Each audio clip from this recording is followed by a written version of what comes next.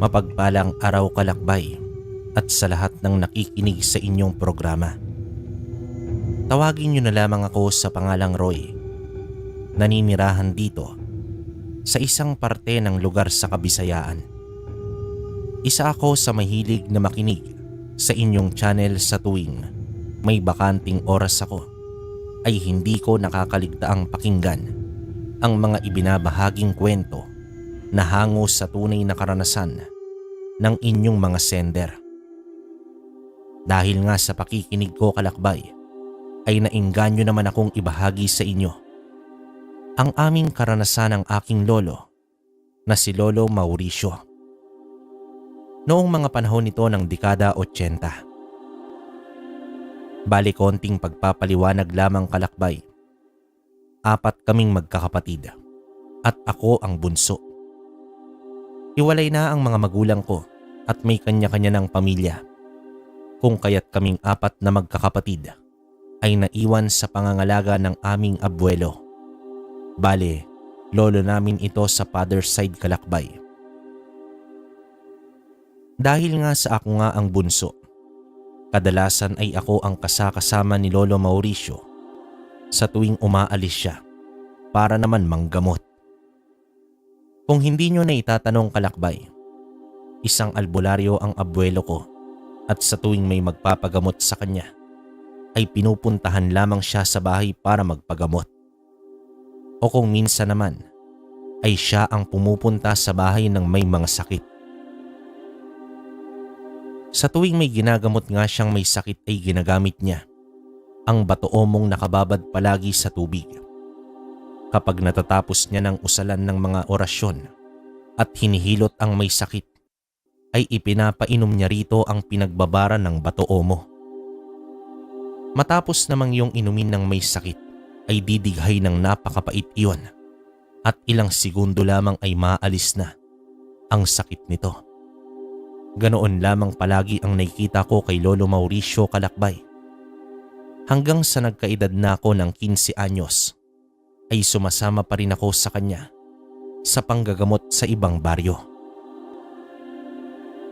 Isang umaga nun, pagkagising ko ay narinig ko ang pag-uusap ni Lolo Mauricio at ni Lola Luling. Tungkol ito sa matandang si Mang Elyong. Bagong salta lamang sa sityo namin itong si Mang Elyong at nakatira ito sa kaduluduluhan ng sityo. Nang mga panahong ito kalakbay, ay mangilan-ngilan pa lamang ang mga kabahayan sa lugar namin. Kaya naman kung may bagong salta o dayo sa lugar namin, ay talagang malalaman namin yon. Tandang-tanda ko pa ngang mabibilang pa lamang sa daliri ang mga kabahayan at karamihan sa mga iyon ay purong magkakamag-anak. Gumagawa ng mga langis na pangontra ng aswang, bati, barang at iba pang mga nasa uri ng kaliwa. Ang siyang pinagkakaabalahan namin tuwing nasa bahay kami ni Lolo at wala siyang ginagamot. Tuwing Semana Santa lamang kami gumagawa ng mga langis at inililibing namin yon sa lupa. Uhukayin namin iyon paglipas ng 1 taon at may ipapalit na naman kaming panibagong gawa.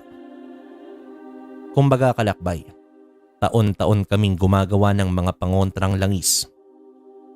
Ang sabi kasi ni Lolo, pinaka-epektibo laban sa mga masasamang nilalang kapag ibabaon sa lupa ang mga langis na inusalan ng orasyon ng mga albularyo o manggagamot. Ang iba pang araw ay 7 taon muna ang pinapalipas bago hukayin sa lupa ang mga langis na kanilang ginagawa. Kapag nahukay na namin ang langis, ay sinasamahan ko naman sila Lola Luding na maglako sa mga karatig lugar. May iilan namang suki si Lola at hinahatiran na lamang namin ang mga ito sa kani-kanilang bahay. Ang pagninegosyo ng langis at iba't ibang mga pangontra sa aswang at pampaswerte ang siyang pinagkukunan ng hanap buhay nitong sila Lola Luding. Hindi kasi nagpapabayad si Lolo Mauricio sa tuwing nanggagamot siya. Ayaw niyang tanggapin ang perang iniaabot sa kanya ng mga taong ginagamot niya.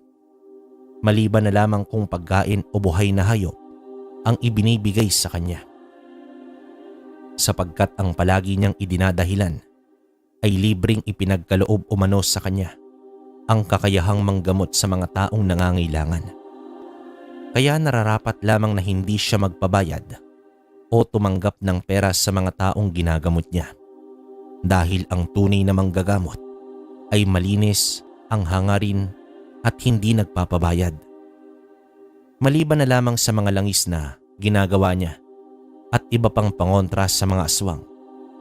Yun talaga, hindi pwedeng ilibre niya lamang ang mga iyon dahil pinaghihirapan niyang gawin ang mga iyon. Nagpupuyat siya sa loob ng 4 na araw pagdating ng Semana Santa upang nang sa ganoon ay marami siyang magagawa. Lunes Santo hanggang Huwebes Santo ay wala siyang tigil sa paggawa ng mga pangontra at pampaswerte at tinutulungan siya ni Lola Luding.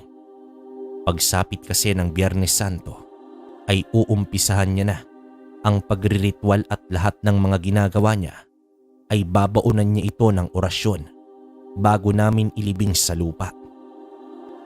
Ganoon ang paulit-ulit na ginagawa ng abuelo at abuela ko taon-taon, mga kalakbay. Balik na po tayo sa kasalukuyan nating kwento. Habang nagtitimpla ko ng kape, ay narinig kong nagwika si Lola na hindi maganda ang kutob niya para kay Mang Elyong. Sa tuwing nakikita niya raw itong dumadaan, ay nararamdaman niyang tila ba may itinatagong lihim ang matanda. Parang may kakaiba sa presensya ng matanda at hindi may paliwanag ni Lola Luding kung ano yon. Pinayuhan naman siya ni Lolo na wag na lang pansinin pa ang bagong salta. Hayaan na lamang dahil darating at darating din ang oras na mabibisto rin ang matandang si Elyong kung sakali mang may inilihim ito at masamang binabalak sa sityo. Napabuntong hininga ang abuela ko at nagwikang pinipilit niya namang baliwalain ang kakaibang napapansin sa matandang si Elyong. Kaya nga lang, kahit anong pilit niyang gawin, ay parang may bumubulong talaga sa kanyang isiping alamin kung ano ang itinatagong lihim ng matanda. Nga pala, kalakbay, isang mananambal rin ang abuela ko, pero magkaiba nga lang sila ng estilo ni Lolo Mauricio. Pagdating sa panggagamot, si Lola kasi ay nangihilot lamang at may konting kaalaman rin naman siya pagdating sa mga orasyon, pero sa mababang antas nga lang. Samantalang si Lolo Mauricio ay purong matataas na antas ang mga binibitawang orasyon sa tuwing nanggagamot. May mga nagagapi na siyang mga engkantong nagtatangkang mambiktima ng mga inosenteng tao. May mga napapagaling na rin siyang mga taong niyanggaw, binarang o kinulam man. Si Lola naman, ang ginagawa niya ay nanghihilot lamang siya ng mga nabinat na bagong panganak, mga paslit na napipilayan at pabalik-balik ang lagnat. Kilalang kilala sila Lola na mag-asawang manggagamot sa sityo namin at halos lahat ng mga taga-samin ay nirerespeto sila, maliban lang kay Mang Elyong at sa apo nito. Ang sabi kasi ni Lola Luding sa abuelo ko, minsan raw ay nahuli niyang masama ang pagkakatitig ni Mang Elyong sa kanya, na para bang gusto siyang kitilan ng buhay sa pamamagitan ng mga titig nito. May mga panahon ring napapansin niyang panay ang tingin nito sa bahay. Yun bang animoy palihim na nagmamasid, kaya raw hindi talaga mapalagay itong si Lola. Hayaan mo, pakikiramdaman ko ang taong yon para malaman ko kung ano talagang itinatagong lihim niya. Aniya pa ni Lolo kay Lola Luding. Tipid namang ngumiti itong si Lola Luding at tumango na lamang bilang pagsang-ayon sa sinabi ni Lolo Mauricio. Matapos nilang mag-usap ng masinsinan ay binalingan naman ako ni Lolo Mauricio at sinabihang mag-almusal na raw muna ako. May pupuntahan raw kasi kami mamaya sa katabing purok. May kukunin siyang gamit sa kaibigan niyang si Tata Pilo. Mamaya na lang po ako mag-aalmusal pagka-uwi natin, Lolo Mauricio. Tatapusin ko lang po itong pagkakape ko. Medyo busog pa po kasi ako eh. Tugon ko naman kay Lolo Mauricio. Tumango naman siya at sinabihan niya akong bilisan ng magkape para makaalis na kami upang nang sa ganoon ay makabalik rin kami kaagad bago magtanghali. Mainit na kasing maglakad sa kalsada sa katanghaliang tapat. Binilisan ko na nga ang pagkakape at nang matapos ng magkape ay umalis na rin kami kaagad. Nang nasa kalagitnaan na kami ng paglalakad ay nakasalubong ko ang apo ni Mang Ilyong na itago natin sa pangalang Arnel. Sa tansya ko noon kalakbay ay nasa edad 20 may gitna itong si Arnel ng mga panahong ito. Nakailang hakbang na ako nang bigla na lamang akong nilapitan ni Arnel. Mabilis niya akong hinawakan sa braso na para bang may gustong sabihin pero mabilis niya ring inalis ang kamay niya na para bang napaso ito. Nanlaki naman ang mga mata ko sa nakita nang masulyapan ko ang kamay niyang humawak sa braso ko. Namumula kasi ito at parang napaso talaga. Naunang maglakad si Lolo Mauricio at seryoso ito. Kaya hindi niya napansin ang ginawa ni Arnel. Kakaiba ang mga titig na ipinukol ni Arnel sa suot kong medalyon ng San Benito na palaging inuusalan ng orasyon ni Lolo tuwing araw ng Martes at Biyernes. Kinakabahan man ay tinanong ko siya kung ano ang kailangan niya. Hindi naman sumagot si Arnel. Sa halip ay palihim niya lamang akong tinitigan na parang nagpipigil ito ng galit na nararamdaman bago nagpatuloy sa paglalakad. Nang medyo nakalayo na si Arnel, ay sinundan ko na lamang ito ng tingin at napasambit sa aking isipan. Baliw na yata ang taong yun. Bigla-bigla nangahawak ng braso at tumititig ng masama. Wala naman akong ginagawa. Napabuntong hininga naman ako habang inaalis ang pagkakatitig sa lalaking papalayo. May sapak yata sa utak ang taong yun. Sambit ko pa noon sa aking sarili. Nagmamadali na nga akong lumapit sa abuelo ko at nagpatuloy na sa paglalakad. Makaraan ng ilang sandali ay tinanong ako ni Lolo Mauricio kung ano ang sinabi sa akin ng apo ni Mang Ilyong. Saglit naman akong tumingin sa kanya at sinabing wala. May sapak lang talaga yata ang lalaking yon. Wag na lang pansinin. Sa pagdaan ng maigit kalahating oras ay narating na namin ang tirahan ni Tata Pilo. Habang nag-uusap si Lolo Mauricio at si Tata Pilo, ay nakaupo lamang ako sa may balkonahe. Lumapit naman ang apo ni Tata Pilo na si Ate Alona at inalok ako ng bitbit nitong pagkaing binalatang santol. Tinanggihan ko ang alok niya. Nagpasalamat ako at sinabing busog pa ako ng mga sandaling yon. Sa paglipas pa ng ilang minuto ay parang ako ang nangangasim nang makita ko si Ate Alona na sarap sa pagkain ng santol. Grabe, ang takaw niyo po sa santol, Ate Alona. Buntis po ba kayo? Tanong ko naman sa kanya. Saglit naman akong tiningnan ni Ate Alona at muling ibinalik sa pagkain ang pansin. Hindi niya naman sinagot ang tanong ko at para bang natatakot pa siyang may makarinig sa sinabi kong yon. Tumayo siya sa kanyang kinauupuan at naglakad na papunta sa kusina. Mga ilang minuto pa ay tapos na nag-usap ang dalawang matanda't lumapit na sa akin ng abuelo ko. Sinabi naman ito sa akin na umuwi na kami dahil nasabi niya na ang kailangan niyang sabihin at nakuha niya na ang kailangan. Noong pauwi na kami kalakbay ay si Mang Ilyong naman ang nakasalubong namin. Noong makalapit na kami ay narinig kong may binabanggit ang matandang mga salitang hindi ko maintindihan at mas lalong lumapad ang pagkangisi ng matanda at ng mga sandaling yon ay nakakapangilabot ang pagkangisi nito.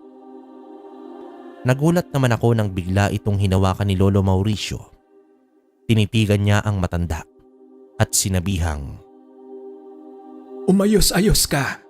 Bagong salta ka lang dito sa lugar namin. Ilagay mo ang sarili mo kung saan ka nararapat. Nang mga sandaling yon kalakbay, kitang-kita ko naman ang panggigigil ng abuelo ko nang hawakan niya sa balikat ang matanda. Napansin ko naman bahagyang napangiwi itong si Mang Elyong na para bang nasasaktan ito sa ginawa ng abuelo ko. Narinig ko pang sinabi ni Lolo Mauricio sa matandang yon na mag-ingat-ingat ito sa mga binabanggit na kataga kung ayaw nitong ibalik niya rito ang mga inuusal nitong pamarusa. Napatda naman ako matapos marinig ang sinabi ng abuelo ko at nakatulalang napatitig sa kanya. Sandaling nagtitigan ng masama ang dalawa at para bang nagtatagisan sa isa't isa. Pero unang nag-iwas itong si Mang Elyong. Tapos ay huminahon ito't humingi ng pasensya. Sa susunod, kilalanin mo kung sino ang binabangga mo. Hindi lahat ng mga tao rito ay kakayan-kayanin mo lang. Wika pa ng abuelo ko. Matapos sabihin niyo ni Lolo Mauricio, ay saka pa lamang binitawan nito ang matanda at inaya na akong magpatuloy na sa paglalakad. Nagmamadali na akong sumunod kagad sa abuelo ko. Sa totoo lang mga kalakbay, sa tanang buhay ko, ni minsan ay hindi ko pa ito nakitang ganoon kaseryosong magsalita. Kaya ganoon na lamang ang takot na nararamdaman ko habang nakasunod sa kanyang maglakad. Nang mapansin kong medyo kumalma na ang abuelo, ay saka pa lamang ako nagsalita. Nagtanong ako kung ano ang ibig niyang sabihin tungkol doon sa mga sinasabi niya kay Mang Elyong.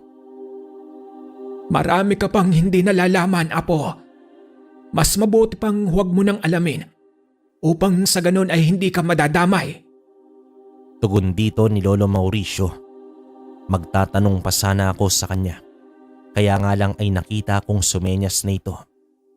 Ikinumpas niya ang kaliwang kamay bilang pagpapaywating na wag na akong maging makulit pat magtanong ng magtanong.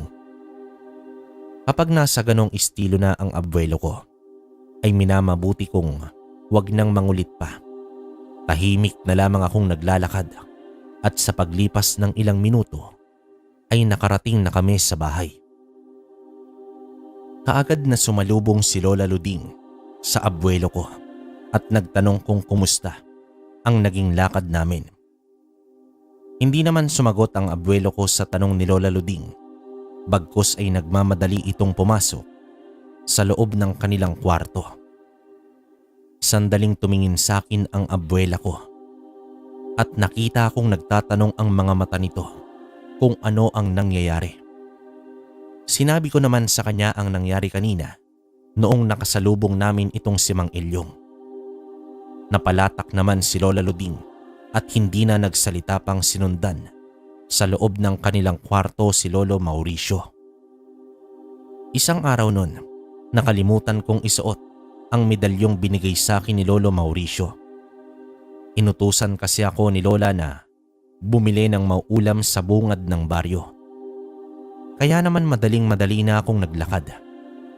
Idagdag pang makulimlim na ng mga sandaling yon at ilang minuto na lang ay parang babagsak na ang ulan. Sa kakamadali kong maglakad mga kalakbay, ay hindi ko na namalayang nakasalubong ko na pala itong si Mang Elyong. Kaya naman saktong pagkalapit niya sa akin ay di sinasadyang nasagi ko ito. Kagad naman akong humingi ng paumanhin sa matanda at tinulungan itong makatayo. Medyo napalakas kasi ang pagkakasagi ko sa kanya. Kaya naman bumagsak ito sa lupa.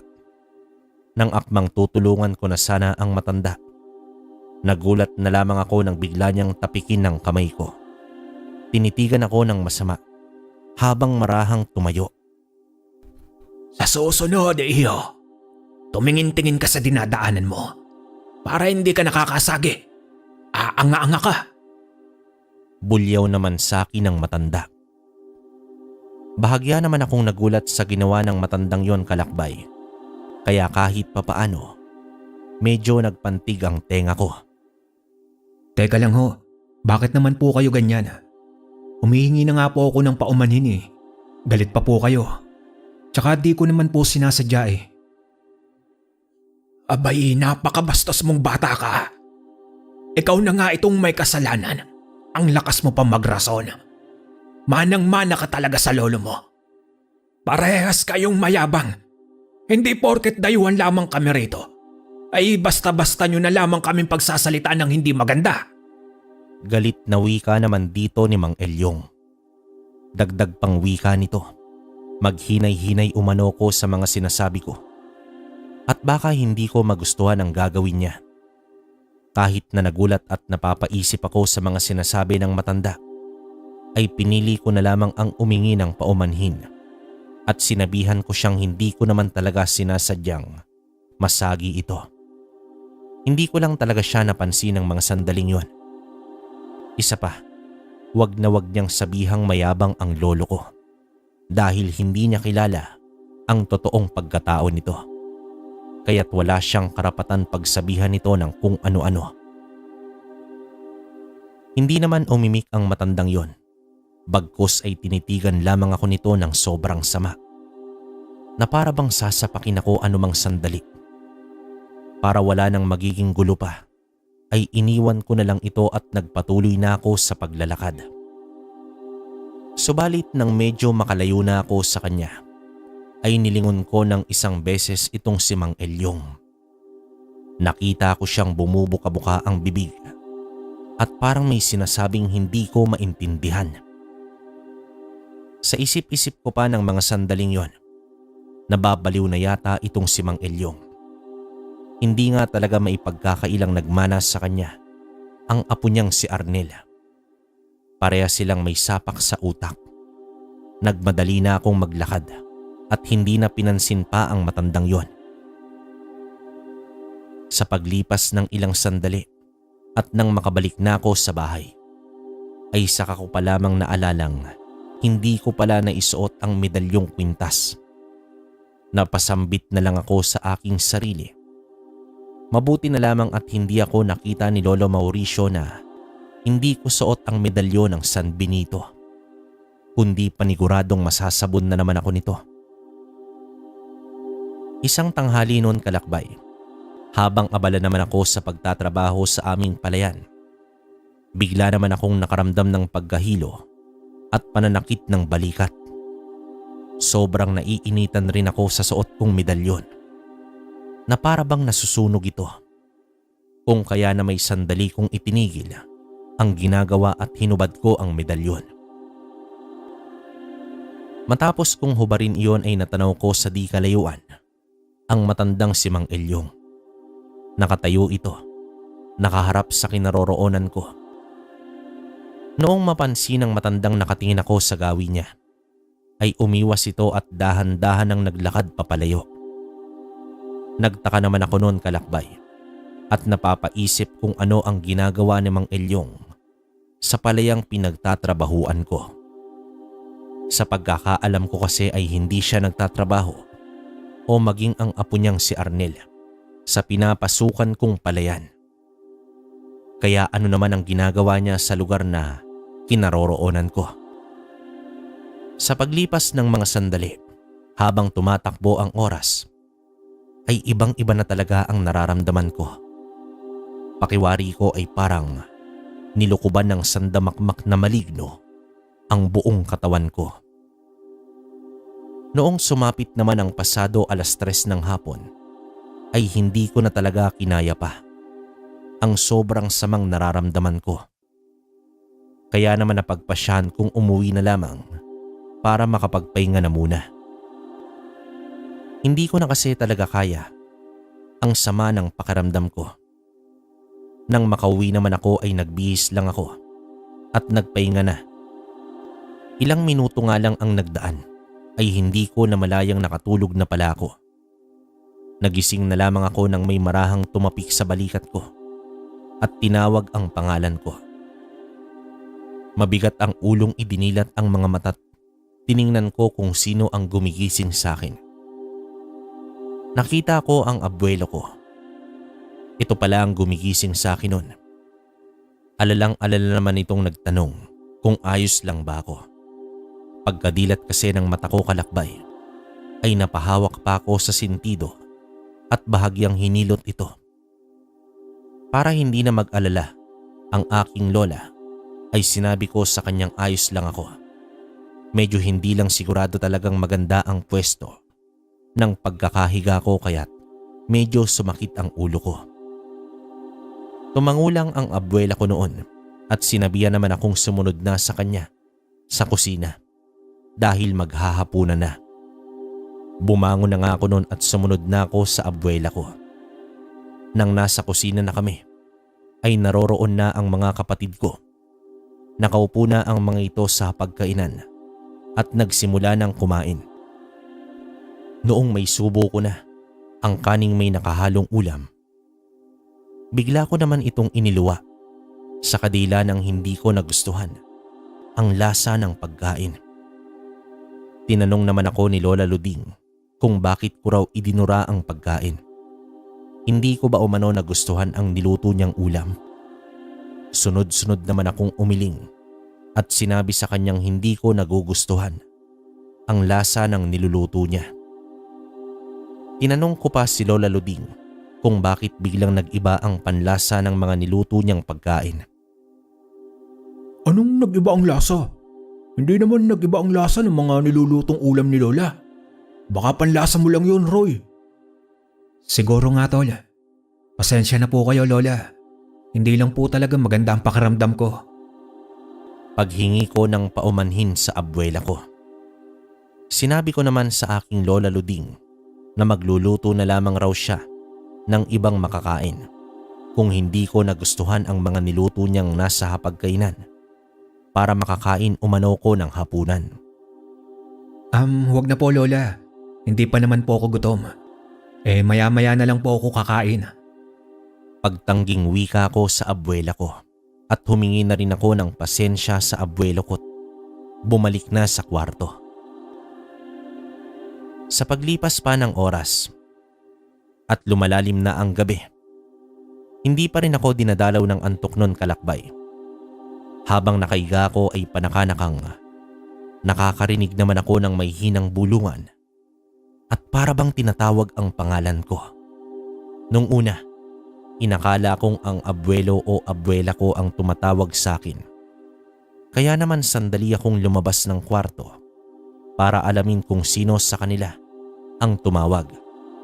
Subalit, pagkalabas ko ng kwarto ay napakatahimik na ng buong paligid at sa palagay ko ay mahimbing nang natutulog ang mga tao sa loob ng bahay.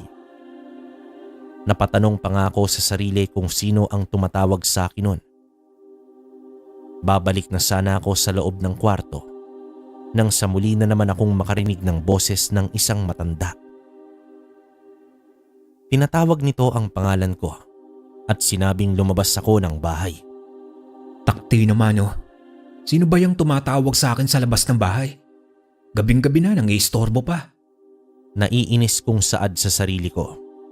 Sa palagay ko ng mga oras na yon kalakbay ay nasa mga alas 11 na mahigit ng hating gabi.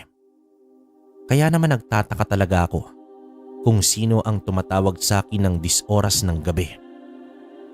Dahil naman sa inis na nararamdaman ay nagmadaling binuksan ko na ang pintuan.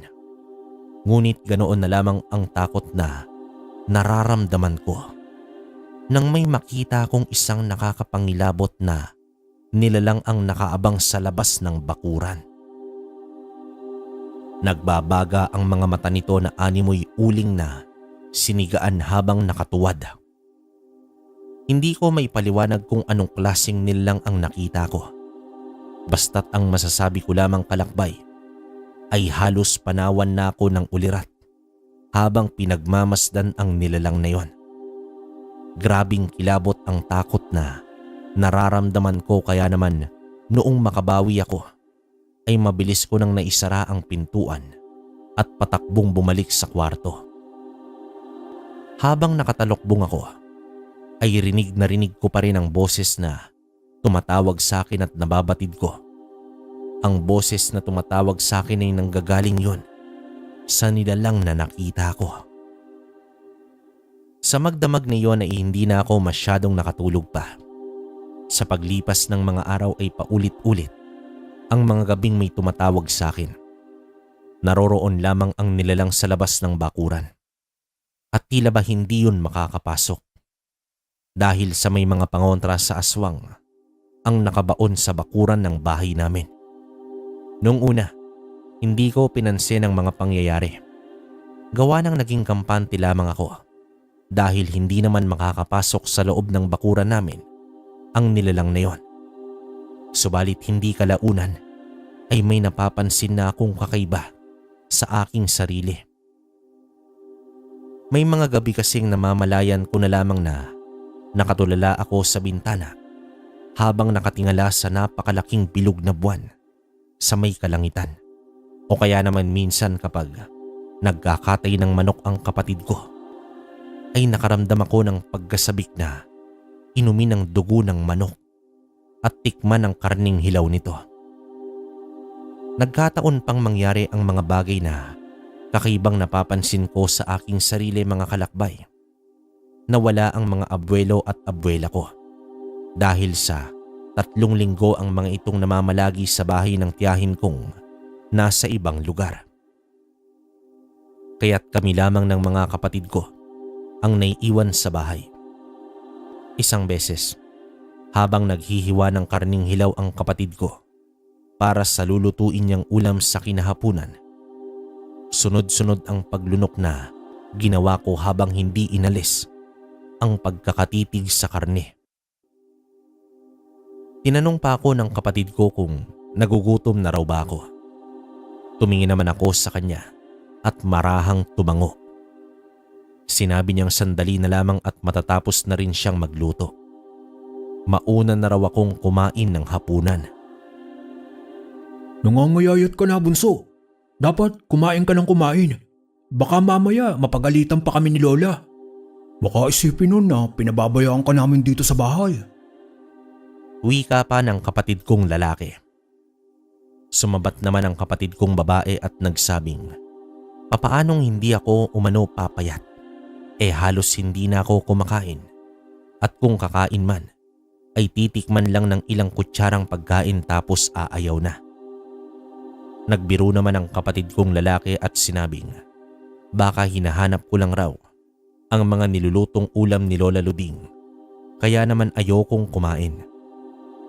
Baka hindi ko raw nagugustuhan ang lasa ng nilulutong ulam ng kapatid namin. Hindi ko na pinakinggan ang mga sumunod na usapan at biruan nila dahil umalis na rin ako kaagad sapagkat hindi ko na talaga kaya pang pigilan ang sarili ko. Takam na ako sa karning hilaw na kasalukuyang hinihiwa ng kapatid ko. Pumasok na ako sa kwarto at napalatak ng sarili. Nagtanong kung ano ang nangyayari sa akin. Bakit may mga kakaiba na akong nararamdaman at tuwing gabi ay may mga bulong akong naririnig at mga matang nakikita tuwing nakapikit ako. Maging ang ingay noon ng maliliit na hayop kalakbay ay hindi na nakakaligtas sa pandinig ko. Kahit ang mga kapitbahay ay malinaw na malinaw kong naririnig ang mga pinag-uusapan nila. Kahit ang kabog ng dibdib ng isang tao, kung natatakot ba ito o hindi, ay nalalaman ko. Bangong-bango rin ako sa mga buntis at mga sanggol. Parang mga hinog na langka ang mga ito. Sinabunutan ko ang sariling buhok ko at naitanong ko sa sarili kung ano ba talagang nangyayari sa akin ng mga sandaling yon. Saglit naman akong napatigil sa pag-iisip nang makapako ang leeg kong walang suot na kwintas. Teka, nasaan ang kwintas ko? Makaraan ang ilang saglit ay sumagi sa aking isipan. Ilang linggo na pala ang nakalipas mula noong hinubad ko ang medalyon. Kinuha ko sa pinaglagyan ng medalyon para isuot. Ngunit nang hawakan ko na ang medalyon, ay napasigaw na lamang ako. Dahil sa pagkahawak ko ng medalyon ay bigla na lamang akong napaso at bumakat ang medalyon sa kamay ko. Mabilis namang lumapit ang mga kapatid ko at nagtanong kung ano ang nangyayari.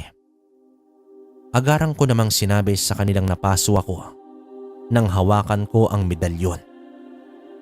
Huwag mo nga kaming pinaglululoko, Roy. Anong mainit ang pinagsasasabi mo?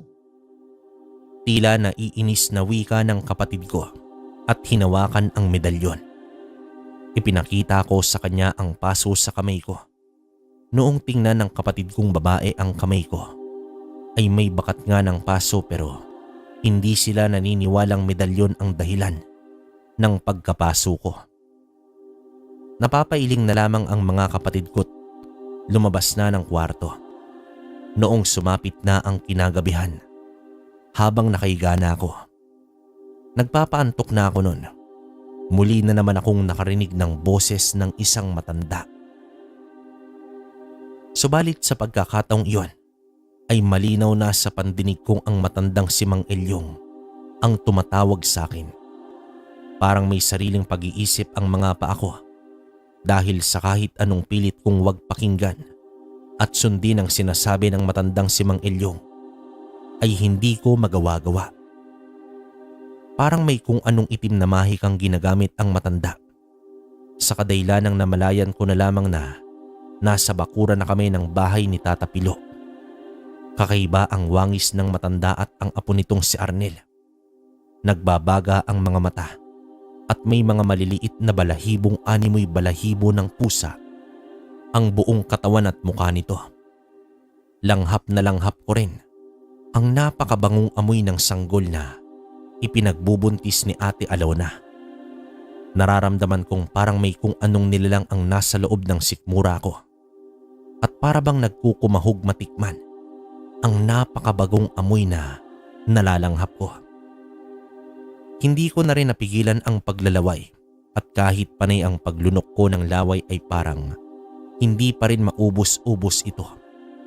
Kaya't panay na ang pagpunas ko ng bibig. Wag lang tumulo ang laway ko. Pilit ko yung nilalabanan kalakbay at tinanong kung ano ang ginagawa namin sa bahay ni Tata Pilo. Malapad naman ang pagkakangisi ng maglolo at nagwika itong si Mang Elyong ng, Naaamoy mo ba ang napakabangong pagkaing nalalanghap namin, iyo? Bakit hindi mo tikman? Nasisiguro kung masasarapan ka at hahanap-hanapin mo ito matapos tikman ang ipinagbubuntis na sanggol ng apo ng matalik na kaibigan ng lolo mo.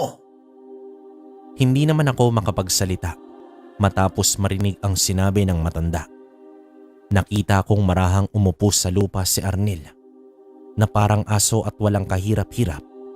Hinuli ang pusang nasa gilid ng bahay at dito nilapa ng walang pagdadalawang isip. Matapos gilitan sa leeg ang pusa ay lumapit sa amin ng napakabilis itong si Arnel at pilit na iniaabot sa akin ang bangkay ng hayop. Inuutusan naman ako ng matandang kainin ang laman loob ng hayop upang nang sa ganoon ay maibsa ng gutom na nararamdaman ko. Sunod-sunod akong napanunok habang napapatitig sa bangkay ng hayop. Kahit anong pilit na kontra nang isipan ko nun kalakbay na wag tikman ang bangkay ng hayop na nanlilimahid sa dugo at wakwak ang tiyan, ay hindi ko napipigilan ang aking sarili. Malaki naman ang pagkakangisi ng matanda habang nagwiwikang kainin ko na umano ang laman loob dahil mas may masarap na putahe pa raw silang ipapatikim sa akin. At iyon ay ang sanggol na nasa sinapupunan ni Ate Alona. Hindi ko naman napigilang matakam nang marinig ko ang mga katagang sanggol. Habang dahan-dahan kong hinahawakan ang bangkay ng hayop, ay bigla na lamang akong nakarinig ng malakas na sigaw mula sa di kalayuan. Noong lingunin ko kung sino ang sumigaw at tinawag ang pangalan ko, dito ko nakita si Lolo Mauricio. Dipoga kang kubot ka. Nawala lang kami ng ilang linggo sa bahay. Binalak mo ng biktimahin ng apo ko. Unyay mas kang demonyo ka. Galit na wika ni Lolo Mauricio at mabilis na inilabas nito ang buntot ng pagi. Bigla naman akong nakaramdam ng takot matapos kong makita ang buntot na yon. At para bang may naguutos sa aking tumakbo. Dahil sa oras na matamaan ako ng buntot pagi, ay paniguradong katapusan ko na. Ngunit bago pa man ako makatakbo, ay mabilis na akong nahawakan ni Lola Luding at ng mga kapatid ko. Samantalang si Lolo Mauricio naman ay isa-isang pinaghahambalos ang matandang si Mang Elyong at ang apo nitong si Arnel. Mabilis na nabitawan ni Arnel ang bangkay ng hayop at walang pag-aalinlangang sinunggaban ang abuelo ko. Mabilis namang kumilos si Lolo at nakikipagsabayan na ito sa dalawang nilalang. Nakita kong sa bawat paglapat ng buntot ng pagi ay umaatungal ang dalawang nilalang na yon. Dahil naman sa pag-atungal ng dalawang aswang, kung kaya't nakita kong biglang bumukas ang pintuan ng bahay at sumigaw itong si Tata Pilo. Mabilis na akong hinatak ni Lola Luding at ng mga kapatid ko't inilayo na sa bakuran ng bahay ni Tata Pilo. Akmang babalik pa sana ako, gawa ng nakita ko si Lolo na pinagtutulungan na ng dalawang aswang. Pero mariin naman akong pinigilan ng mga kapatid ko at sinabing hayaan ko na lamang raw ang lolo namin. Naroroon naman ang kumpare nitong si Tata Pilo. Magsasalita pa sana ako nun kalakbay, pero nagulat na lamang ako nang may kung sino ang pumukpok sa batok ko. Ang huli ko na lang natatandaan bago ko tuluyang mawala ng malay ay noong makita kong patakbo ng lumalapit itong si Tata Pilo sa abuelo ko para tulungan siya. Sa paglipas ng mga sandali, pagkagising ko ay bigla na lamang akong nakaramdam ng pagkasuka. Nakatali din ang katawan ko sa upuan at halos hindi na ako makagalaw. May mga nalalanghap rin akong insenso at iba't ibang mga halamang dahon rin. Mula naman sa usok na yon, kaya halos hindi ko na maintindihan ang sarili ko na parang sasabog na ang ulo ko. Maging ang sikmura ko noon kalakbay ay parang may kung anong meron sa loob na tila nagkukumahog. Nagkukumahog itong makalabas. Ramdam na ramdam ko na rin ang hapdi ng katawan ko't para bang binugbog ako ng sangkaterbang tao. Maya-maya pa ay hindi ko na talaga kayang pigilan pa ang sarili ko. Kaya naman wala na akong tigil na nagsuka ng nagsuka. Makaraan ng ilang segundo, matapos kong magsuka ay may nailabas akong durug-durug at mabalahibong nilalang na animoy sisiw na bagong pisa lamang. Yan ang ginamit ng kubot na iyon para yang gawing kaapo. Mabuti na lang talaga't naabutan pa kitang hindi nakakatikim ng hilaw na karne. Wika pa ni Lolo Mauricio. Dagdag niya pang wika, kaya wala pala noong naroroon siya sa bahay ng anak niya ay hindi siya mapalagay. Araw-araw siyang kinakabahan at ako ang laman ng kanyang isipan. Kaya naman hindi nagtagal ay pinilit niya nang umuwi si Lola dahil iba na talaga ang kutob na nararamdaman niya. Iyon nga, pagka-uwi niya sa bahay ay wala ako sa kwarto. Pagkapasok niya pa lang sa kwarto ko ay may ibang presensya na siyang nararamdaman at hindi yun kaaya-aya. May marka rin siyang nakita sa labas ng bakuran. Para mahanap niya ako ay sinundan niya ang presensyang nararamdaman niya hanggang sa dinala sila ni Lola Luding at ng mga kapatid ko sa bahay ni Tata Pilo. Gayon na lang ang galit na nararamdaman ni Lolo Mauricio nang makita niya sa nakakakilabot na wangis ang dalawang aswang na kubot habang kinukumbinsi akong kainin ang bangkay na hayop na inialok ng mga yon. Sa oras kasi na makakain na ako ay mahihirapan na si Lolo na gamutin ako. Sa kadahilan ng mabubuhay na ang nilalang na itinanim ng mga kubot sa sikmura ko sa pamamagitan ng pagpapalipad hangin at pag-uusal ng mga orasyon na makakaliwa. Bakit kasi hinuhubad mo ang medalyong binigay ko sa iyo? Alam mo namang lapitin tayo ng mga masasamang nilalang na yan. Lalong-lalo ka na. Dahil simula pagkabata mo pa lang, ay mababa na ang dungan mo. Wika pa ng abuelo ko. Sinabi niya pang pasikreto niyang inimbestigahan ang maglolo na bagong salta sa lugar namin at nalaman niyang gawain na talaga ng mga yung mangyanggaw. Nagpaparami kasi ang mga kubot, gawa ng unti-unti nang nalalagas ang kanilang lahi. Kinakailangan na nilang magparami upang nang sa ganoon ay hindi tuluyang sasakupin ng mga mandaragit at gagawing alipin ang mga kubot. At sa kasamaang palad ay ako pa ang napiling yang gawin noong matandang aswang. Ang akala niya yata, magtatagumpay siya. Wikang muli ni Lolo Mauricio. Tinanong ko siya kalakbay kung ano ang nangyari doon sa maglolong aswang. Maliwanag niyang inihayag na pinatay niya na ang 2 aswang na yon. Hindi niya na pinagbigyan pa, gawa ng uulit at uulit lamang ang mga yon sa ginagawang pangyayanggaw kapag pinagbigyan pa. Baka sa susunod ay hindi na mapigilan pa't dumami ang mga taong mayanggaw. Mahirap na umano. Aniya pa, simula sa araw na yon, bawat bagong saltang maninirahan sa lugar namin ay dapat kilatisin muna upang nang sa ganoon ay mailayo sa kapamakan ang mga kababaryo ko. Habang tinatapos ni Lola Luding ang mga ginagawa niyang panggagamot sa akin, inuusala naman ni Lolo Mauricio ang medalyon ng San Benito at pagkatapos ay ipinasuot na ito sa akin. Kabilin-bilinan niya ring wag kong huhubarin para hindi na ulit ako lapitan pa ng mga masasamang nilalang. Magtanda na raw ako dahil papaano na lamang kapag wala na sila ni Lola Luding.